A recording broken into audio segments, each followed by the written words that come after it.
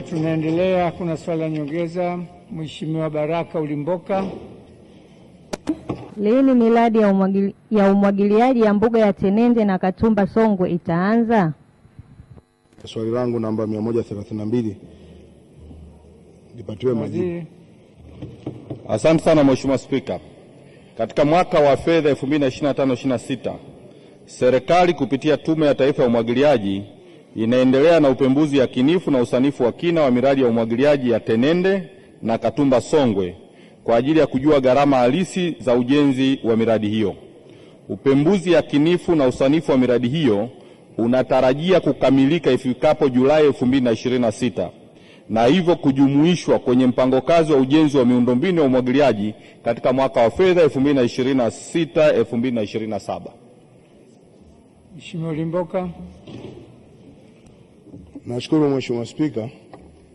Pamoja na majibu mazuri sana ya Mheshimiwa Naibu Waziri, katika wilaya ya Kyela kuna mradi wa umwagiliaji ambao tayari tunashukuru serikali imempa mkandarasi na anaenda vizuri, na nimpongeze mkandarasi mzawa anayefanya ile kazi.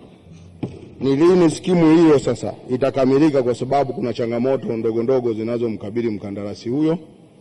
Lakini bii yake, je, Mheshimiwa Naibu Waziri atakuwa tayari kuongozana na wataalamu wake kuitembelea ile skimu ili ajue changamoto ambazo zipo nje ya zile ambazo zinaonekana katika nyaraka? Kuna baadhi ya maeneo ambayo wananchi wanalalamikia baadhi ya mambo katika fidia. Waziri.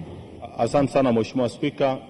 Nimpongeze mbunge wa Kyela kaka yangu Baraka Mwamengo, umeanza kazi vizuri, na jambo moja tu uwe na uhakika nalo. Moja, skimu itaisha kwa wakati kwa sababu tutajitahidi kusukuma fedha, lakini vile vile kuhakikisha kwamba mkandarasi anafanya kazi kwa viwango ambavyo tumekubaliana kimkataba. Kwa hiyo hilo tutapambana nalo ili wananchi wa Kyela waweze kunufaika. Lakini la pili, nipo tayari, tutaongozana mimi na wewe. Bahati nzuri tuko njia moja, nitafika katika hilo eneo mimi pamoja na wataalamu. Asante Mheshimiwa Spika.